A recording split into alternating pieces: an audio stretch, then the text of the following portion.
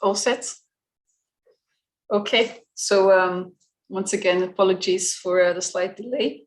Yeah, welcome everyone at the third series lecture of this academic year. We are very pleased to welcome Dr. Georg Oskanyan as our speaker of this evening's lecture, which is entitled Russian Exceptionalism Between East and West, the Ambiguous Empire. The lecture is based on a book that our speaker published earlier this year under the same title. So those of you who are familiar with Russia and Russian history, well, you know that the country has for long been struggling to position itself in terms of its identity as a nation. And so today's lecture will offer new insights into this question by introducing the notion of hybrid exceptionalism.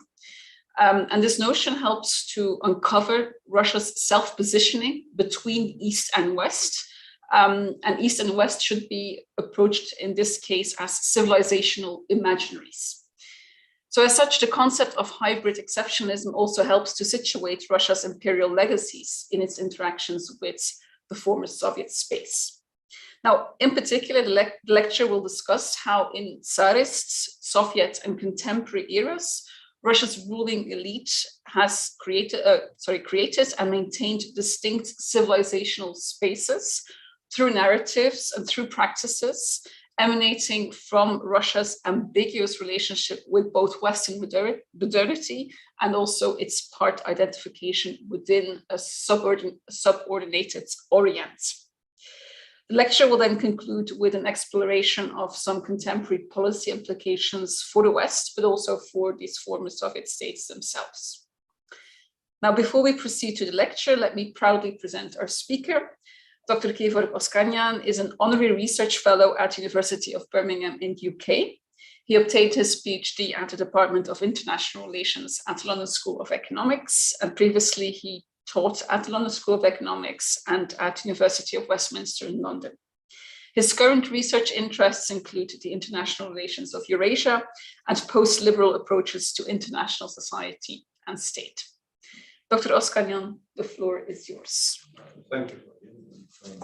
Thank you very much for the opportunity to be here. This is something of a homecoming, because I actually grew up not far from here in Antwerp. Toen ik deze lezing ook in het Nederlands houden, maar ja, voor de mensen die in het buitenland aan het kijken zijn, zal ik het in het Engels doen. So let's proceed, and let's start with the PowerPoint. So as Fabienne said, it's based on a book.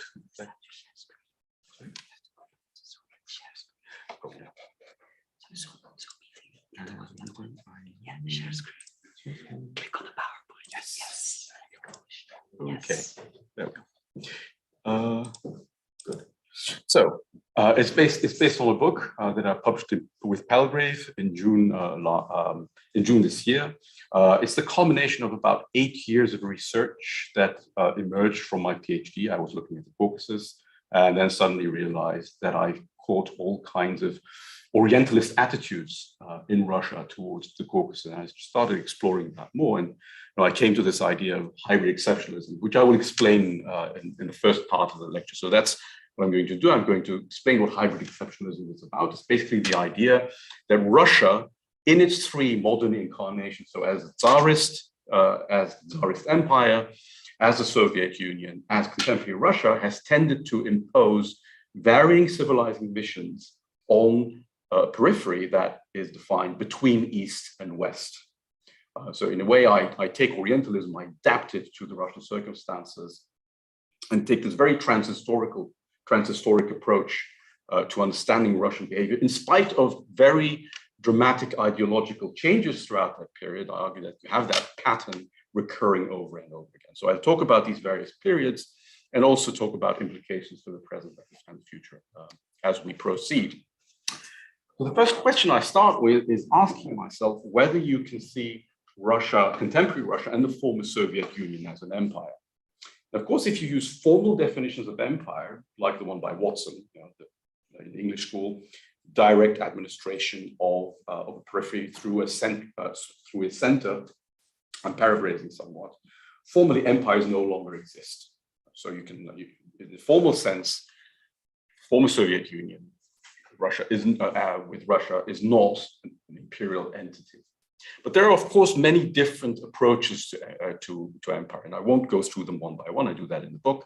But the one that I find particularly interesting is Edward Said's Orientalism and his approach of hierarchical claims through the idea of a power-knowledge nexus. So the idea of a complex of discourses and practices that are taken for granted and that justify, that naturalize hierarchical claims of one entity over the other.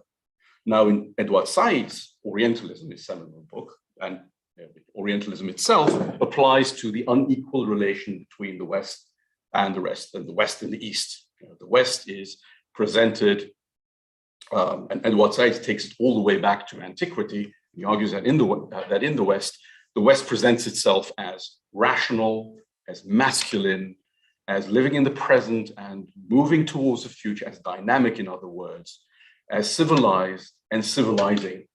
Whereas the East, the Orient, he argues, is presented as irrational, either feminine, to be taken by the West, so to speak, or effeminate, inadequately masculine, living in the past, stuck in the past, stagnant, and also barbaric and decadent, and therefore rightfully to be civilized by the West. And Edward Said argues that this is, the hegemonic justification that is taken for granted for a hierarchical domination that actually, that you can find into the present. Think of all the interventions that you see by the West into the Middle East, for instance. You see Orientalism recurring over and over again. And that is rooted in a very long-term governmentality that transcends time and transcends historic periods. Now, when it comes to Russia, people were quite reluctant to apply Orientalism specifically, and also post-colonialism in general, up to the beginning of this century, so up to about 2000. And there are several reasons for that. Think about Russia. It's quite different from the West. Firstly, it's, of course, Russia itself is not an integral part of the West. It is itself part Orientalized. And that poses something of a problem when you think about Russia in Orientalizing terms. Is it an Orientalizer? Can it be an Orientalizer? The second problem is, of course, that Russia is a territorial empire. Orientalism was conceived based on Western imperialism, which has, of course, this very clear division between the metropole, and then you have the ocean, and then you have, of course, the colonies. And you don't have that in Russia. Russia bleeds into its periphery, and it does so both westwards. It has peripheral nations, subalterns like Ukraine that are more situated in the West, and it has also Oriental nations that are dominated by Russia. So in the beginning of this century, there was a very interesting debate in a journal called Kritika between historians of Russia and historians of Central Asia. And the basic question was, can we apply Orientalism to Russia, taking all of that into account? And the upshot of that debate was basically that, yes, you can, but you have to take into account these very special circumstances that exist in Russia, that Russia is not entirely Western, that it is this territorial empire, but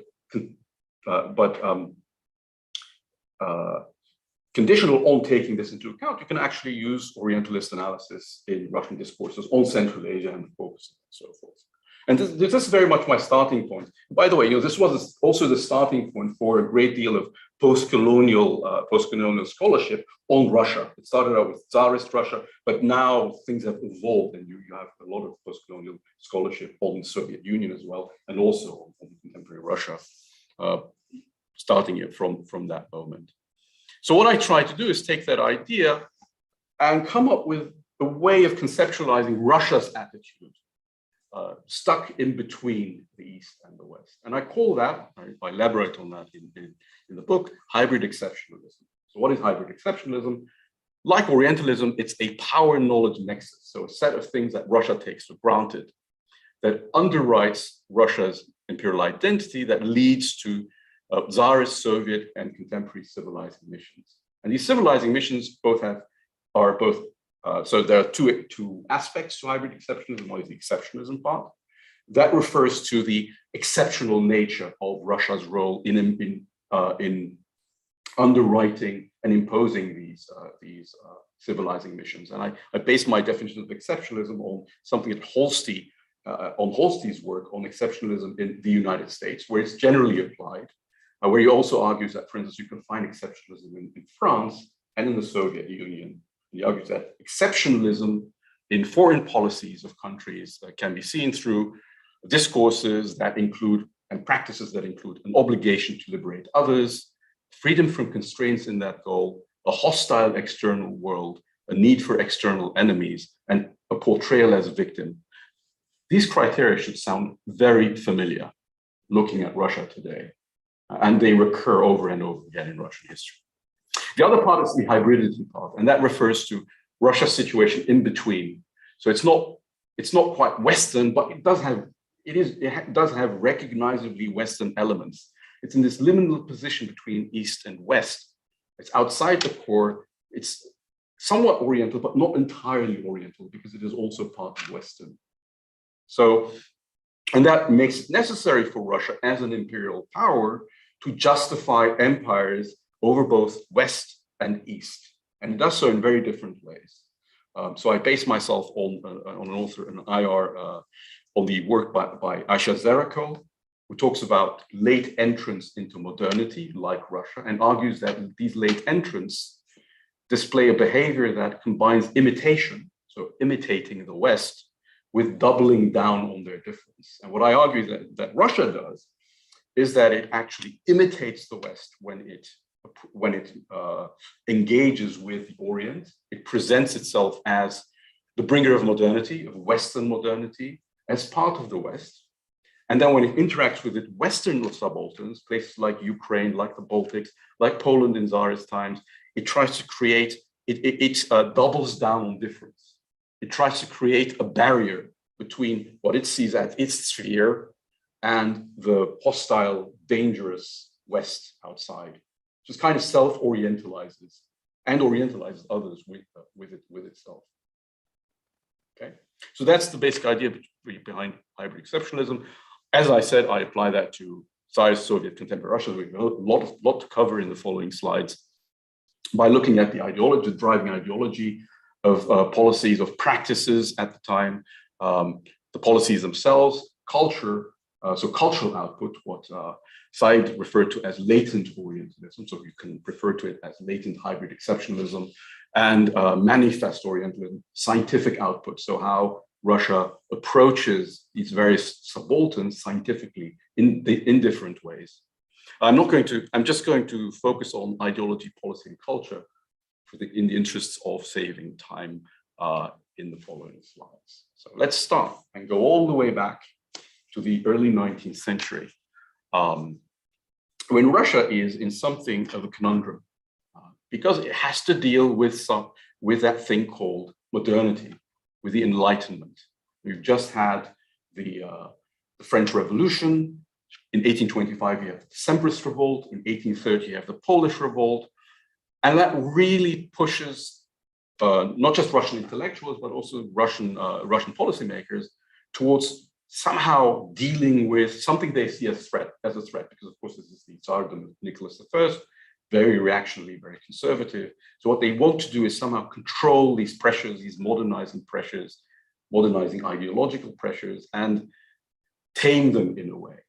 And that leads to this chap here, Sergei Uvarov, the interior minister of Nicholas I, to come up with a slogan with a leitmotif that remains in force throughout the Tsarist Empire. And that leitmotif is pravoslavie, samodержавие, and narodnost. Now, pravoslavie and samodержавие is recognizably, traditionally Russian. These are the pre-modern foundations of Russian identity: orthodoxy and autocracy. So the Russian Orthodox Church as the official church, and autocracy, submission to the Tsar as the source of legitimacy. Narodnost is a rather modern intervention in these three. And narodnost is actually a very complicated concept. There are actually articles that talk about the exact meaning of narodnost, because it's not simply nationality, as in ethnic group. It can also mean national identity, national authenticity, völkischness in the German term of the word, so the romantic German word of the Turks. There's all kinds of meanings.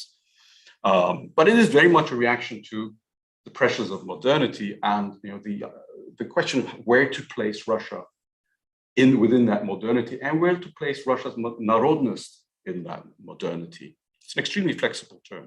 But very quickly you get the question asked by intellectuals: what is Russia's narodnost? And one of the intellectuals that kicks that off is that other chap here, Pyotr Chadayev, who writes a series of philosophical letters where he laments the backward nature of Russia. Whatever Russia is, he is backward, certainly, compared to the rest. He's ostracized for that. He ends up in a mental asylum at the end. But before that, he writes an apology, a text called The Apology of a Madman, where you find this very interesting sentence: we are an exception among people. We belong to those who are not an integral part of humanity, but exist only to teach the world some type of great lesson. And for the next few decades, the discussion is basically, what is that lesson? What is that lesson we are going to teach that world, the world? Of course, in the first instance, that results in the decades that follow, so 1840s, 1850s, in the split between Slavophiles and Westernizers. And that question also leads to asking about the relationship between Russia and its empire. And the Slavophiles and Westernizers also do that. Now, you might expect of the Slavophiles, who of course believe that Russia is a civilization unto itself, that it is the part of the Slavic world, that they might be much more sympathetic to empire, and they are. They see Russia as the leading Slavic nation, the only Slavic nation with a long history of statehood, and therefore it has some kind of mission to civilize its civilizational sphere in its particular way. That then leads also to things like Pan-Slavism later on, the idea of Russia's freeing its fellow Slavs as the leader within the Slavic world. Now, within the Westernizers, it's actually a bit more complicated. You might actually think, okay, the Westernizers, they're more liberal, they would be more open, they might actually question, empire. And to some extent they do, a minority does. People like Alexander Herzen, who are more left-wing, they tend to be quite critical of, for instance, Russia's crackdown on the Poles after 1863. But most Westernizers actually cling on to empire. And their argument is that because Russia is the only large nation within its empire that is capable of producing high culture, and again, the only nation with a tradition of statehood, it has some kind of mission to bring the Western Enlightenment and spread it throughout its empire. So again, in both cases, they're quite married to the idea of empire. And that imperial attitude is also reflected in Russia's approach westwards and eastward. I talked about that as well. So Russia comes up with this idea of orthodoxy, autocracy, narodnost. They discuss the meaning of narodnost when it comes to Russians, but in the 19th century, they also start thinking about the narodnost, or the proper narodnost, of their subalterns. And they do so differently depending on whether they look westwards or eastwards. So when they look westwards, the one threat they see is what is often referred to in the 19th century as Catholicism or Jesuitism. It has a connotation of intrigue. And the carriers of that Catholicism are the Russians' main internal other, who are, of course, the Poles. The Poles, a very restless nation that, by the way, it's a Western nation with a history of statehood. There are several uprisings, 1830, 1863. And what you also find in the West is a fear of the growing polonization of the Ukrainians and the Belarusians and the other East Slavs that exist there. There are mostly peasant populations, and that the Russians see as threatened by the Polish gentry and their ideological propensities towards leading them away from the the Russian, Ukraine, Little Russian, and White Russian, as the Belarusians and the Ukrainians are called, triune nation. And so, as you move through the 19th century, the task for Russian policymakers is to make sure that the narodnost of these Ukrainians, Belarusians, remains conformed to the requirements of empire. And especially after 1863, the Polish Revolt, you see an attempt to, and by the way, also the emergence of organizations like the Cyril and Methodius Brotherhood, which is kind of a small organization in the 1840s, pushing Ukrainian nationalism, a form of Ukrainian nationalism, an early form. You get a reaction by the central authorities through things like through measures like the EMS ukaz and the Valuya circular that essentially ban written forms of Ukrainian and Belarusian. In a way, it's a way of shaping the narodnost of these peoples so that it fits into the expectations of the Russian Empire. You also have a lot of proselytism because, of course, Catholicism is a great threat, and quite a few of these Ukrainians and even Belarusians are Catholics and get pushback. Again, this is about shaping Belarusians and Ukrainians in a way that fits the requirements of Russian Empire. Later on in the 19th century, it's no longer about shaping the narodnost of these various groups. It's the empire moves towards full-on Russification through its educational system. In the East, and I'll concentrate on the Caucasus. I won't go into Central Asia in this case, but in the Caucasus, especially the North Caucasus, the threat is Muridism. And Muridism is a form of Islam, a form of Sufi Islam that emerges in the 19th century, and that is practiced by Imam Shamil, the leader of the North Caucasus revolt from 1830 to 1860. So the North Caucasian peoples in Eastern Caucasia, they revolt against the Russian Empire, are finally put down in the 1860s. And it's actually very interesting. This is one place where you see the difference between Russia's attitudes towards its Western and its Eastern subalterns. Because whereas the Poles, when the Poles revolt, they are subjected to conventional punishment. Their autonomy is diminished, their leaders are executed or banished. Whereas in the Caucasus, it's much more similar to what you would find in the American Far West. You have the displacement, the genocide of wholesale populations. It's much more similar to Western colonialism and Western colonial rule. So this is Russia looking eastwards in a very different way. But even there, you have Russia trying to organize, trying to manipulate the narodnost of the peoples by emphasizing certain aspects of their cultures and de-emphasizing others. So for instance, when they devise written languages, they make sure that when they propose written languages, they make sure that's in Cyrillic. They try to incorporate their traditional jurisprudence, so their traditional laws, instead of Sharia law. Sharia law is associated with Muridism, and they standardize the very syncretic religions that exist in the North Caucasus. The North Caucasian peoples very often have these weird mixes of Orthodoxy, Islam, paganism. They make sure that those that have this syncretic religion move towards pure Orthodoxy. Again, in the Caucasus, again in the Orient, especially in the Caucasus, things move towards Russification, especially towards the larger nations of the Caucasus in the latter decades of the 19th century. So this is in terms of policy. Now, what about culture and cultural output? And there, of course, where we have to start with Pushkin, Alexander Pushkin. Most of you will know Prisoner of the Caucasus, his epic poem. It is a typical Orientalist poem. It is, what's the topic? It's about a Russian white guy going to the North Caucasus on an adventure, being caught by the natives, being kept prisoner in their village or aul. And of course, there's an Oriental maiden, and the Oriental maiden falls head over heels in love with that. I'm simplifying somewhat, with the white guy, and then basically sacrifices herself.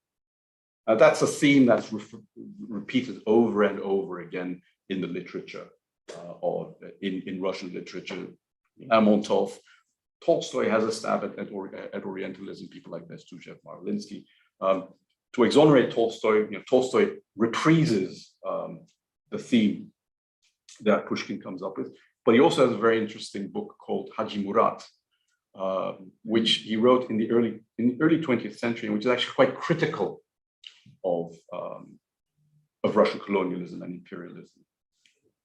I won't go into details, but kind of exonerates Tolstoy from this Orientalist attitude. You also see a tendency to justify hierarchy over Western subalterns. When you contrast authors like Gogol and Shevchenko, of course, the national poet of Ukraine, a former serf, very much presenting Ukraine as it is with all its injustices, also in trouble for his work in the Ukrainian language, also his Ukrainian nationalism. Gogol, also ethnic Ukrainian, but very much an establishment writer. And he presents a very different kind of Ukraine. So when he talks about Ukraine, the good Ukrainians are the Ukrainians that are on the Russian side. So when you have, for instance, a novel like he has a novel called Taras Bulba about a family of Cossacks, and those are the good Cossacks who fight the Poles. And these themes are taken over in music, and the idea that good Western subalterns go against the threat that emerges from the West. Time of troubles. Boris Godunov is also a theme that you find very often in cultural output, and so forth. And just to conclude on the Tsarist part, visual arts. You also have this split, this representation of Eastern and Western subalterns in the visual arts in Russia. So Vereshchagin, I don't know if you're familiar with him. He is a painter who was active in about 1870s, was employed by the Russian army, went to Central Asia, and was a student of Gérôme, who is a French Orientalist painter. And the paintings he painted are, and these are examples of paintings he painted, so about the Orient. This is his best known painting called The Apotheosis of War. But what you find here is the typical representation of the Orient that you would also find in the West. It conforms almost completely. It's the cruel Orient, the backward Orient. Now this heap of skulls,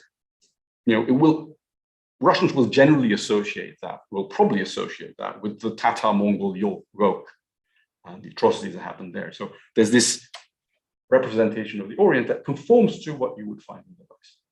Now these are representations of Ukraine. Now, this is a very well-known painting by Repin.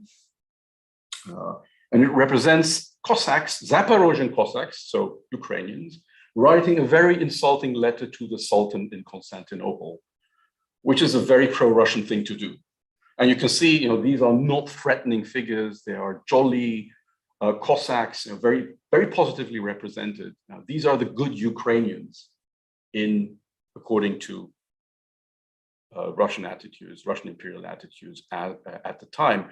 And the other thing that you find also is the representation of Ukraine as this bucolic agrarian wonderland, where you have these submissive people, happy peasants going to the fair or singing Christmas carols. And this is the kind of Ukraine that you also find in novels by Gogol. So it's a kind of a nice version of the Russians, an innocent version of the Russians. That's the way Ukrainians are represented in the arts. Now we move to something completely different, or you might think so, because of course you have the 1917 revolution. You might think that this revolution means a complete change, and in many ways it does, of course, because orthodoxy, autocracy, narodность are out of the window, and in comes Marxism-Leninism. And Marxism-Leninism itself actually places Russia in this very uncomfortable space, because it is, of course, through Marxism, a Western ideology that is adapted to Russian circumstances, and that also ends up separating the Soviet Union from the capitalist fascist West, but also gives the Soviet Union a civilizing mission in the East. The East that has to be liberated, that has to be civilized and made aware of the liberating qualities of Marxism-Leninism when it comes to Orientals, so to speak. And you might even think, you know, in the first decade of the 1920s, of course, we associate with colonization and nativization. And you might think that that the civilizing mission wasn't as dramatic as previously. Now, the point can be made because, of course, at the time, the great enemy is great Russian chauvinism, and the main theme is freeing the peoples of the Soviet Union from the prison of nations that the Russian Empire ultimately was. But nevertheless, you should not forget that this is still a civilizing mission, even colonization, even if it takes a nativizing form. You should not forget, firstly, that it follows from a gathering of the lands in the first years after the revolution, when the Bolsheviks take over Ukraine, and snuff out various independent states that have grown from the ruins of the Russian Empire, and they use all kinds of rationalizations that conform to Marxist-Leninist ideology to justify that. You know, most importantly, of course, that they have to export the revolution, push it forward in an area that they are very familiar with. And once things quieten down, you still get a sense of hierarchy remaining, even during colonization. If you look at the 1920s, at the way Bolshevik policymakers approached the various nations in the former Soviet states, even though it was an affirmative action empire, even though it was an empire where natives took supposedly a leading role, very theoretically, by the way, in the East, because they were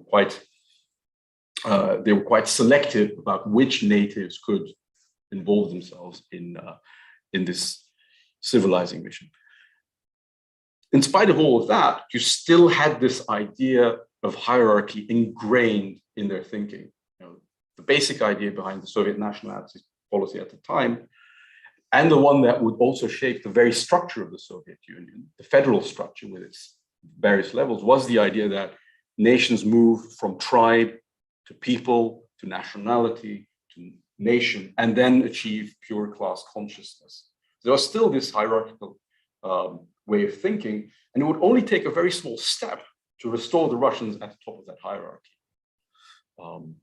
The other thing that's very interesting is that you find a similar logic to what you found in the 1860s, 1870s in Tsarist Russia when you think about kolonization. Because kolonization is again about shaping the narodnost, the nationality of the various peoples of the Soviet Union in ways that conform to a civilizing mission. This time it's the Marxist-Leninist civilizing mission, with the developed proletarians, Bolsheviks, maintaining a leading role.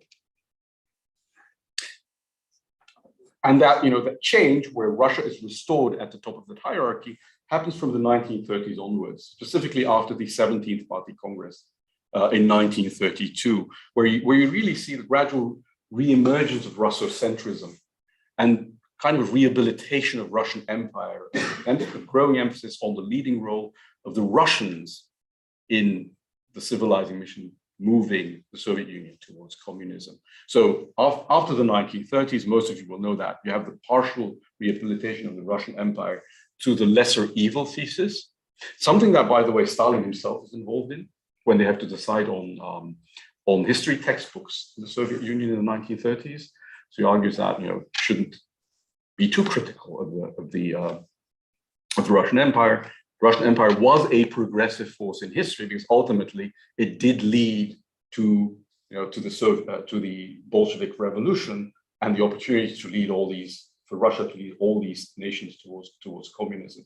And it was, of course, much better than the other imperialisms out there, the British imperialists or the French imperialists. You also have measures like the Cyrilization of the national alphabets that emerge in places like Central Asia, where they chose in the 1920s.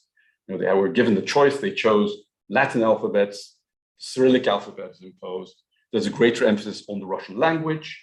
Mind you, they don't they don't use Russian nationalist arguments for that. The argument is that there are economic imperatives, that they need to standardize things, education in the Soviet Union, that the Soviet Union needs a lingua franca, but the emphasis very much turns towards Russocentrism. And that's intensified during World War II, when all nationalisms in the Soviet Union are tapped upon, are tapped into to mobilize the population in the Second World War, which is then reversed after the Second World War. Now, something you get after the Second World War as well is, of course, that this hierarchical view is internationalized. So you not only have the Russians on top of a hierarchy within the Soviet Union during the Cold War with decolonization and all that, you have another hierarchy, a global hierarchy, where the USSR leads the rest of the world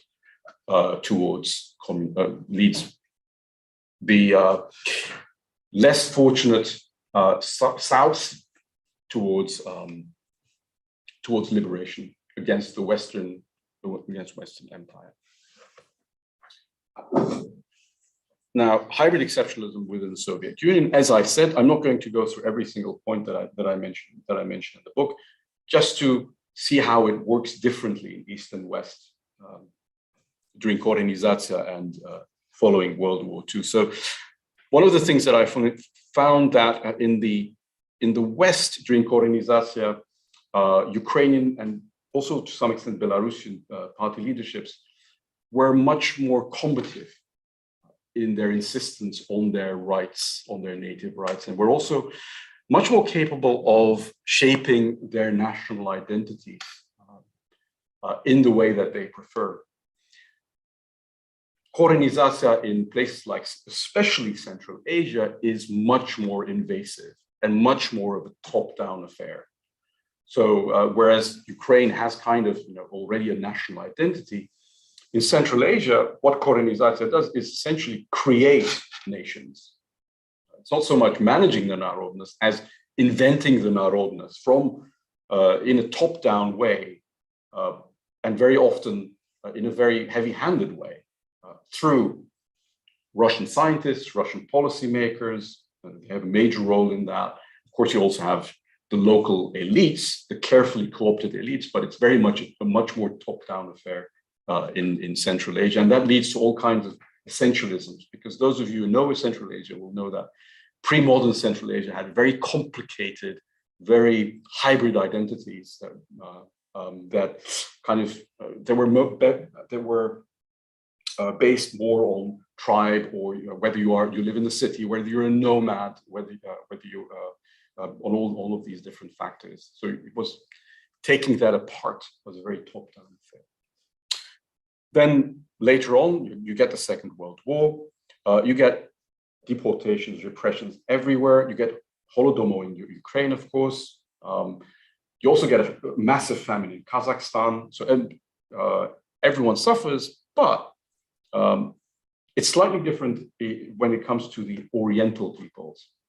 Remember that those nations who were deported were ultimately deported en masse after the Second World War as enemy nations. Most of those were actually Oriental nations, like the Crimean Tatars, various North Caucasus groups. There are also a few Western nations, but you can easily see how this is a continuation from Tsarist times.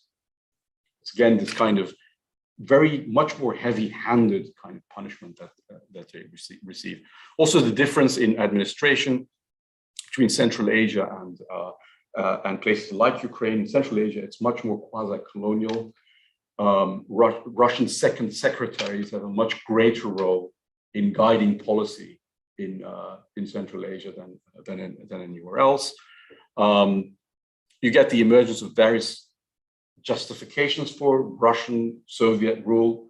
So in the West, you get the theme of, especially in the Baltic states, the Soviet Union liberating them from Nazism and fascism, whereas in the Oriental borderlands, it's more about the lesser evil thesis, Russia as a progressive force in history, something that is, by the way, very much imposed and enforced on history writing in those nations, and also the difference between Central Asian economies, and one that becomes more stark as you move through the decades.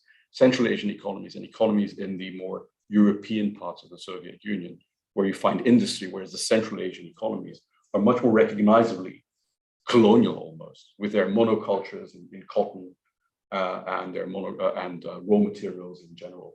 So you get very different forms of domination, depending on whether you look eastwards or westwards. And you find that in cultural output as well. So in Korenizatsiya is actually very interesting because, of course, the native peoples get the right to develop their own cultures within the confines of Marxism-Leninism. Nevertheless, what you see is a great deal of racism. You would call it racism or xenophobia among the Russian Bolsheviks, even among the Bolsheviks who are stationed in, shall we say, the lesser developed parts of the Soviet Union. And they regularly voiced out as to the point of trying to somehow elicit high culture where there is none. They show themselves quite prejudiced in their attitudes towards their Oriental phobias. I actually have, unfortunately, I haven't included the slide. There's a very interesting quote from Zinoviev during the Congress of Oriental Peoples in Baku in 1920, where he talks extremely disparagingly about the Orientals, and very formulates kind of a socialist white man's burden to teach the Oriental peoples of the Soviet Union how to behave, because they have no sense of hygiene, no sense of all kinds of very bigoted stuff, by the way.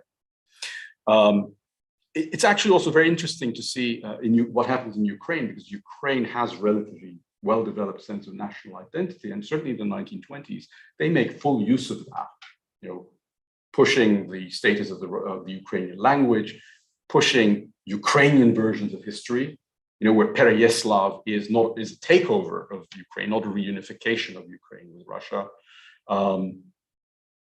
which is also looked down upon by quite a few very prominent Russian figures. Mikhail Bulgakov has a play called Belaya Guardia, where he represents the Russian quest for independence right after the revolution in very disparaging terms, basically as a bunch of peasants who are trying to combine themselves with the Germans to achieve some form of statehood, which they're not capable of doing.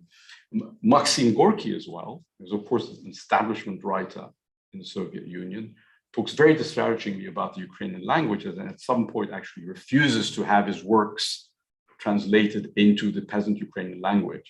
So Korenizatsiya is not all it's made up to be. After Korenizatsiya, you get a much more Russocentric shaping of cultures. And I have a few examples here. I'm not going to go to everything, but the one that really struck me while I was researching this was how classical music came to Central Asia. What the Russians basically did in the 1930s, what Stalin basically decided, the party basically decided, was that every republic had to have a repertoire of classical music, an opera house, and a philharmonia, because they had to introduce that into Central Asia. And how did they do that? Well, they used the Russian template and the way it happened in Russia. In Russia, the composer who kicked it off is Glinka. What he basically did was look for Ukrainian, Russian folk songs and then somehow adapt them to Western forms. And what the Soviets do in the 1930s is basically literally send a bunch of mostly Russian composers to the Central Asian states, telling them, you research their music and you create the basis of their classical music. And in some cases, they even ignored classical music that actually already existed in places like Azerbaijan, which already had an opera called Leila and Majnun, based on their local Mugham musical tradition. They saw that as too underdeveloped. They said, no, we're going to do it the right way. So it's this kind of top-down, very much in a Russian template, imposition of, this is literally the imposition of a civilizing mission based on your own template. And then, of course, there's film, representations of the Orient and or Ukrainians in film. It's very interesting. So Ukrainian film had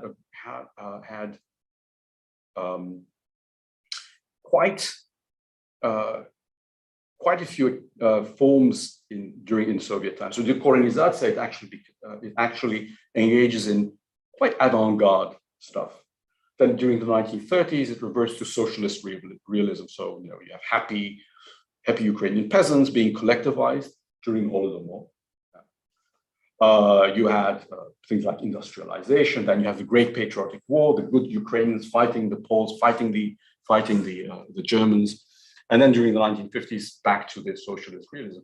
In 1960s, you get a thaw, where the Ukrainians start making movies that do not conform to that template. And actually, ironically enough, one of the main figures in that movement is Sergei Parajan, who was not Ukrainian, but who worked for the Ukrainian film studios at the time, and came up with a movie called Shadows of Our Forgotten Ancestors, which is set in Ruthenia and which explores Ukrainian national themes.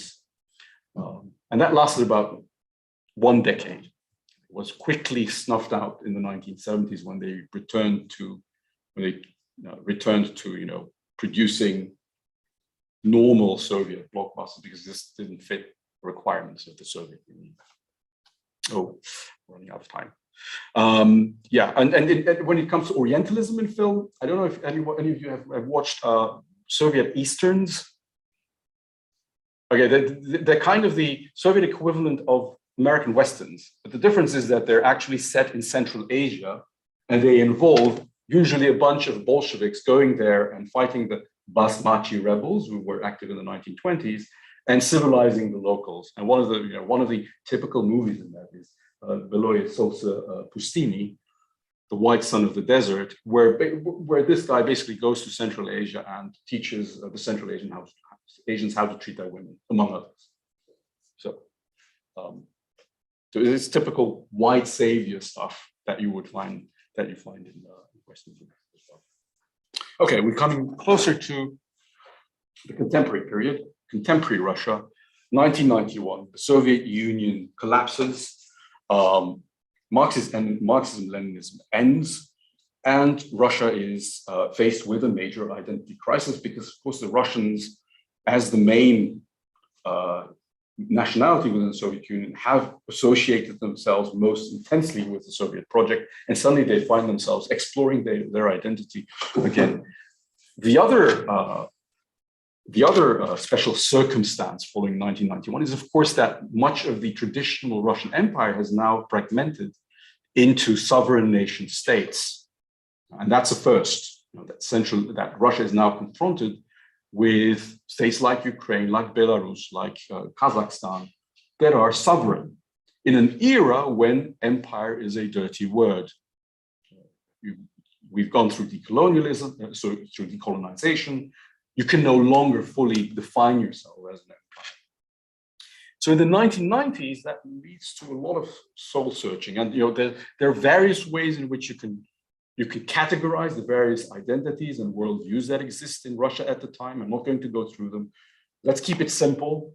I argue that there are liberals, there are centrists, and there is the red-brown coalition. Now, the liberals are the ones who want to make Russia a normal great power. And you might expect that they've forsworn any kind of imperialism or any kind of imperial ambition. But if you look closely at the early 1990s, things like the Russian foreign policy concept and discourses, official discourses by people like Yeltsin and others and Kozyrev and so forth, you realize that what they actually want is, yes, they want a liberal Russia, but the liberal Russia with a special role within the former Soviet space. Even the liberals want that. Yeltsin is on the record as asking the United Nations to give Russia a special role in keeping the order, the liberal order that is emerging in the 1990s within the former Soviet space. So even they have this kind of civilizing mission.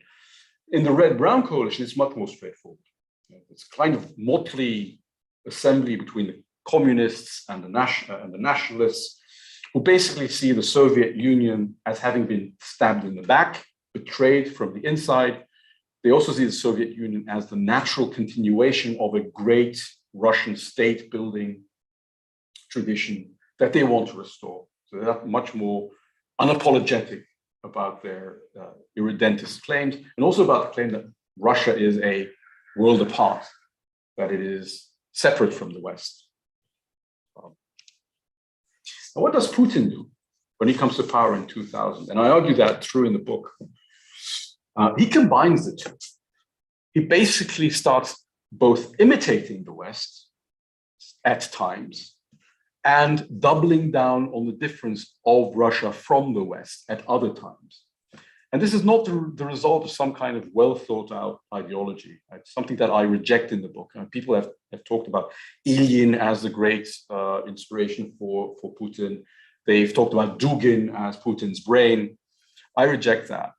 What I argue is that you have a whole series of discourses that Putin taps into opportunistically, depending on the demands of the situation.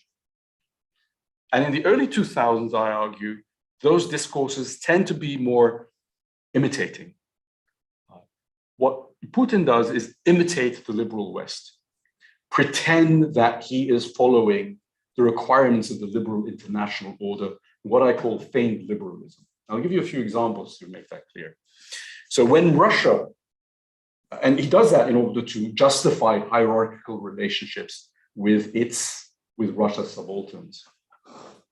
Example, when Russia talks about, when Russia comes up with the Eurasian Economic Union, it doesn't justify it in terms of course not, it can't do that, restoring Russian control over the former Soviet space. It justifies it in liberal terms, as in terms of the rationality, the economic rationality of integration, of regional integration, literally copied from the European Union. When Russia, for instance, punishes Georgia or Moldova for their westwards moves, it does so by, for instance, banning Georgian wine or banning Moldovan agricultural produce because of regulations. So again, this is a liberal discourse that is taken and applied to justify unequal relations. You have the same thing in humanitarian intervention. Remember, when they entered Georgia, it was because they wanted to prevent genocide. They were essentially copying the R2P argument from the West, and also the global war on terror, where they also copied the idea of terrorism and applied that to quite broadly to the North Caucasians. The doubling down element has became more important, especially after 2012, and after it became clear that this was becoming it was lacking in credibility. I don't speculate whether Putin always had this in the back of his mind, the doubling down part, that in fact he always saw Russia as separate, and that this was simply a ruse to win time while Russia gains weight. So I don't express myself on that, whether this was malicious or whether Russia was faking it till you make it, trying to engage in these liberal discourses while when perhaps after a while it might become part of the West and be accepted as a liberal power. I don't express myself on that. I just identify the fact that it's there. So Russia is very much, especially in these civilizational discourses that have emerged and have become much more, the doubling down part that has become much more prominent in recent years. Russia is seen as this ordering Eurasian great power, a state civilization, in Putin's words, an heir to the Orthodox and the Tsarist empires, the Orthodox Tsarist empire and the USSR. And if you look at the discourse of Putin or people close to the Kremlin nowadays, they're full of this idea of orthodoxy and the Soviet and the glories of the Soviet Union. One person has actually referred to that. One scholar has referred to that as a combination of Lenin Party Komsomol with orthodoxy, autocracy, and narodnost within the discourse. And again, it functions slightly differently depending on whether it's westward or eastward. So in the West, the great threat or the constructed threat are European ultraliberalism or fascism, Nazism, depending on the situation. And what is to be protected are traditional values that good Ukrainians, proper Ukrainians share with Russia. And pro-Western Ukrainians are the ones that are corrupted, that are not authentic, whose narodnost does not conform to the expectations of Russia. So any anti-Russian actions are the result of external influences, as in the 19th century, when everything was, when Ukrainians' agency was basically reduced to that of the Poles, right? In the East, discourses are much more orientalizing. So Russia is seen as a civilizing protector against the threat of Wahhabism, something that you found in the discourses of Russia on the North Caucasus, and that you can track directly to the Muridism of the 19th century. Also, the kind of things that you heard in Russian media describing the Chechens as brigands, bandits, but also a great deal of racism, as we all know, against people of Caucasian nationality in Russia. Also, as a result of this imperial history. And yes, so yeah, and you also have all kinds of discourses on people like Saakashvili, who has been described as a madman, crazy, a blank space, in ways that I couldn't see Russia describe a Western leader. Worse things have been said, although I won't repeat them here. Some of you might know what I'm referring to. There's also the, I'll conclude with these two quotes. I think we're running out of time. Typical quotes, one from Medvedev, who was of course for a long time seen as this great liberal reformist hope within the Putin administration. This is him talking about Ukraine. So there are many things that unite us. Our relations have their roots in ancient times. Unfortunately, in order to pit our two nations against each other, official Ukraine is denying objective facts, including our common culture, faith, and centuries-long common history. I mean, if you look at this kind of discourse, it was also repeated in Putin's recent article on his version of Ukrainian history. And then, you know, the one, my favorite quote from Putin on the Chechens is where he actually appropriates Imam Shamil, was a leader of the anti-Russian revolt in the 1830s, and turns it around so as to use him to justify Russian dominance over the North Caucasus. And you might say that, you know, hybrid exceptionalism coming all the way, going all the way. So I won't go into the cultural aspects of it, just to say, well, what now? What now? Can Russia get rid of this hybrid exceptionalism? It looks like a very long-term feature of Russia in its various manifestations. It's been there for 200 years. It survived two revolutions. So this form, civilizing mission, imposed on both East and West. And right now, there is not much, you know, if you look at what's happening within Russian society, there's not much opposition to this kind of top-down view of the former Soviet space. I mean, the liberals have been completely marginalized. Even Navalny had quite a few nasty things to say about Georgians and Ukrainians and so forth. And so, you know, if you look at the prospects for change, they're actually quite limited. But nevertheless, and I actually end my book with this, you know, you should not forget that over the longer term, there is a reality of costs and benefits, and the elite remains sensitive to costs and benefits. And there's the reality that, you know, Russian economy remains dependent on raw materials. Russia has all kinds of demographic problems, and most importantly, most of the former Soviet states around Russia have moved on and couldn't countenance being reintegrated into a reconstituted Russian empire. And I think that, you know, that in the end, over the longer term, is something that that might lead to, over the much longer term, you know, I'm talking about decades, might lead at some point to Russia losing its hybrid exceptionalist outlook on its former on the former Soviet space. So I'll stop here because I've really gone on too long and we're running late. So Stop sharing. sorry. Stop sharing. Oh, yeah.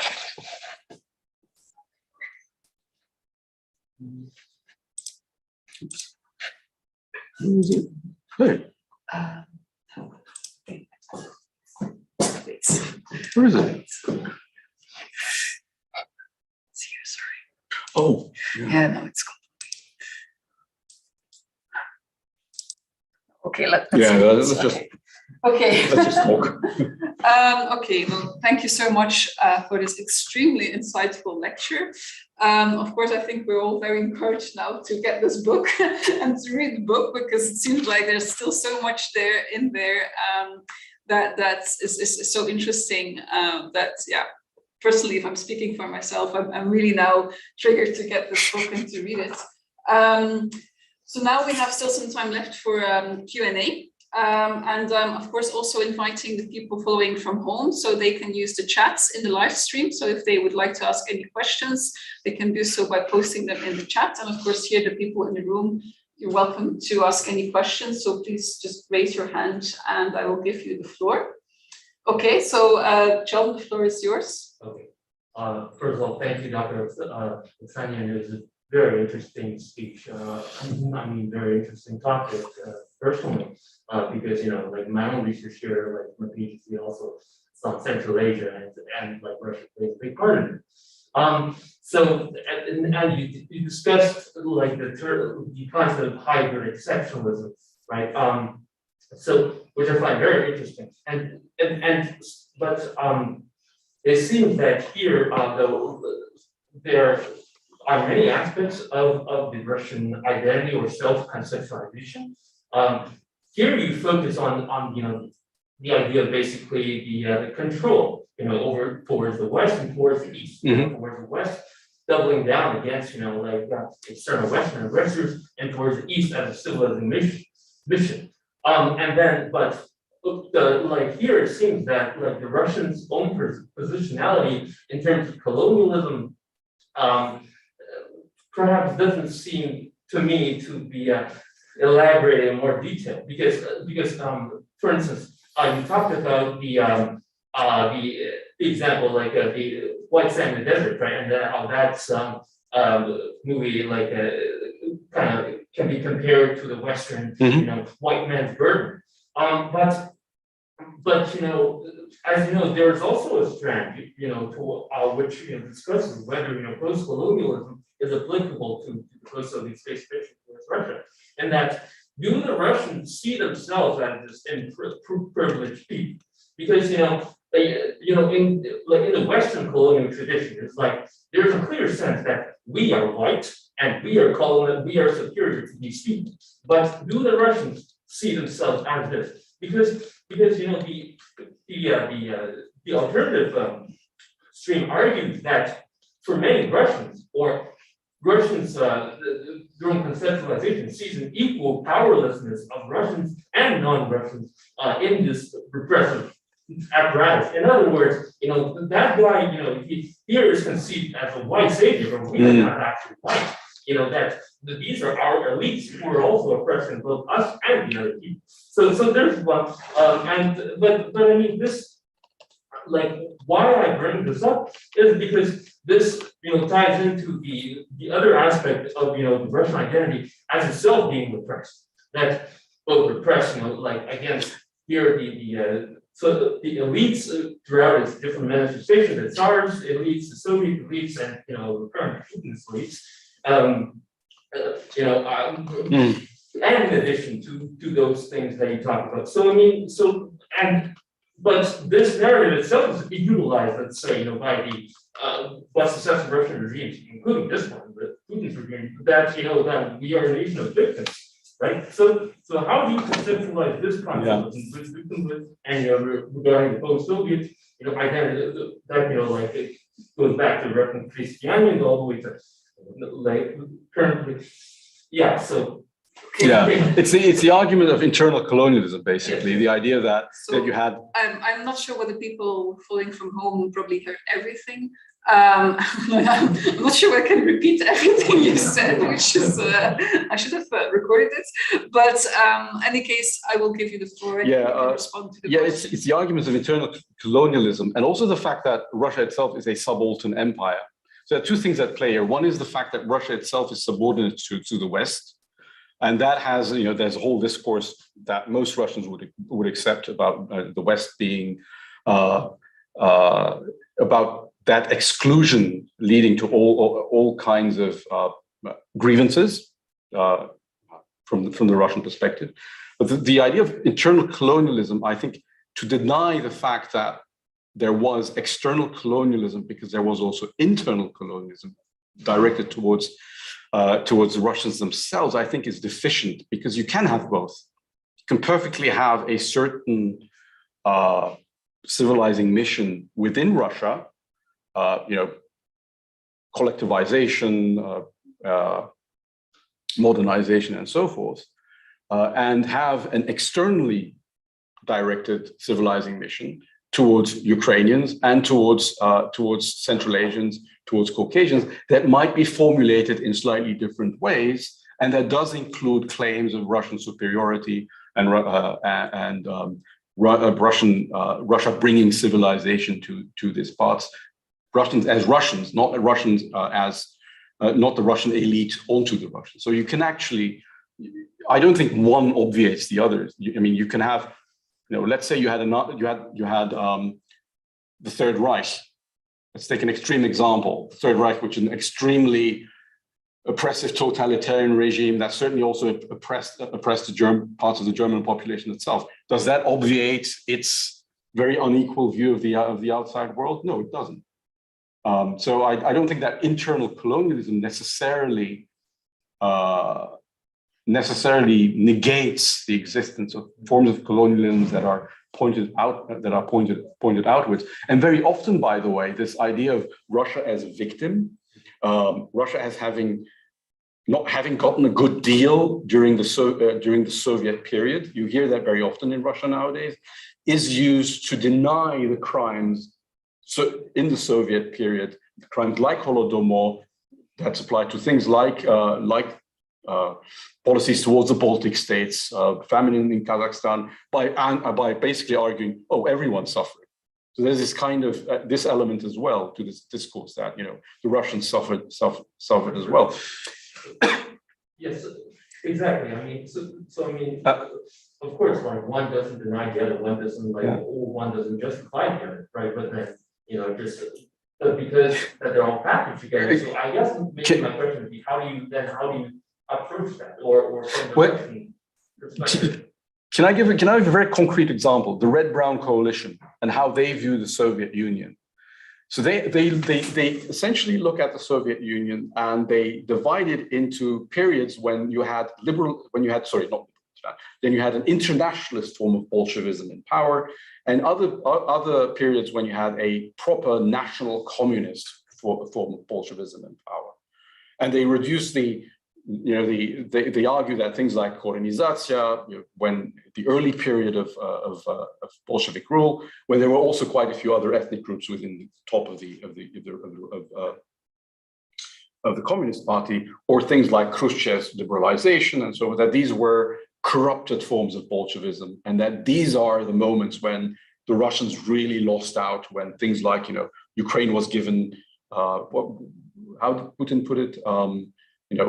Russian lands like luggage or in their luggage and so forth. So they do have that grievance of the Russians also suffered, but then at the same time within that discourse you have this pride in the Stalinist period of Russia being able to stand up to the West to push through industrialization in various parts. So that's just one example where you can actually see both at work. Both the sides of we've been colonized, but when it worked for us, it's actually great. We were able to fulfill our exceptional destiny, so to speak. Okay, Thanks. So anyone else who would like to ask a question? Yeah, I see 2 hands. Well, maybe you can both ask your questions at the same time, so you can go first and then afterwards you can go. My question is basically because the reason that Russia has this special form of hybrid identity, other states were in like very similar situations, like the Turkish nations, like the Ottoman Empire, they don't seem to have the same way of exporting Western ideals while also keeping our own. They are more nationalist, more 100% stay out of my country mentality. That's actually. Can we also take the other question at the same time? Okay, go ahead. Actually, interestingly enough, my question also involves the Ottoman Empire. Okay. So, thank you. Firstly, I wanted to say I found your talk very, very interesting. I found the comparison between imperialism in the Caucasus and Poland and Ukraine, on the other hand, I found that very, very interesting indeed, actually. I'm not sure I've ever heard that conceptualized together in quite the same way, which is really interesting.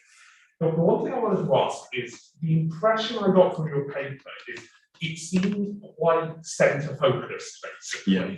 So what I wanted to ask was how we conceptualize other forces on the periphery, and that might be also, and that might be on the regions that you're discussing, Ukraine, the Caucasus, and so on, are ones which are sites of imperial contestation with the Ottoman Empire, with the Chinggis successive states, with the sort of and later with Nazi Germany, sort of.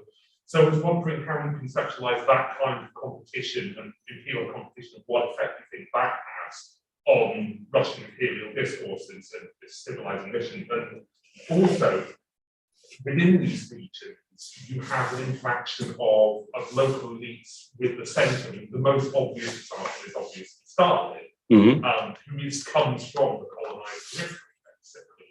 He has all of his kind of proof Abkhazia, basically, that he is particularly close to as well. Similarly, in the North Caucasus, you have the various different national elites trying to enlist the center in a struggle against sort of one of their neighbours, or just to avoid being deported. So I was wondering how you conceptualize that kind of center periphery dynamic.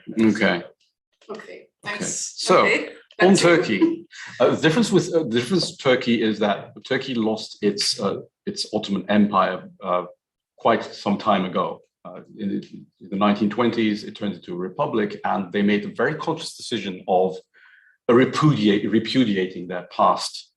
That doesn't mean that you don't see certain similarities. And I want to echo Aisha Zarakol's work there, who looks at late entrance into Western modernity and this idea of imitation and doubling down, which you, by the way, also see in Turkey. If you think about the whole the whole discussion about the place of Islam in the secular Turkish Republic, and how that was, it was pretty much resolved in the 1920s, and then it came back with a vengeance with the AKP and with the AKP and reversion to a kind of rehabilitation of the specific Ottoman heritage,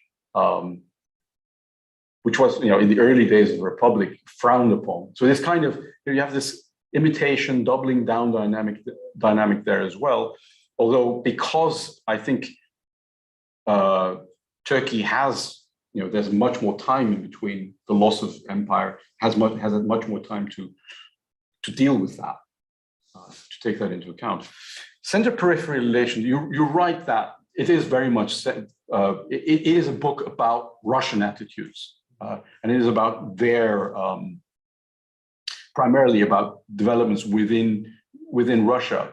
But I do touch on center-periphery relations in things like during Korenizatsiya, for instance, when you did have a lot of haggling between local elites and the center, Narkomnats, the commissariat dealing with nationalities problems, on how to interpret, where to draw the lines and so forth between the various national groups and the territories. I touch on Soviet historiography, when you had this whole system of the Central Academy of Sciences, Soviet Academy of Sciences, and their interaction with the local academies and their interpretations of history, and how that then how there's also a great deal of haggling between these elements. So it's not entirely based. So I do take that into account, the interaction between the periphery. But I admit it's a book about primarily Russia, and I try to correct that somewhat at the very end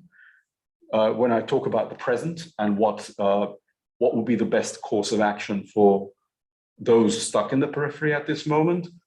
But yeah, that's the one corrective that I make to what is a quite Russo-centric book in itself, but one that is critical of Russia in that way. So. Okay, well, I don't see any questions in the chat on YouTube, so I assume that people back home don't have any questions, at least not now. But also, I think we've come to an end. We did start with a delay, but I think we can try to end on time. People usually appreciate that. I suggest that we conclude the lecture here. Let us all now please applaud for this amazing lecture.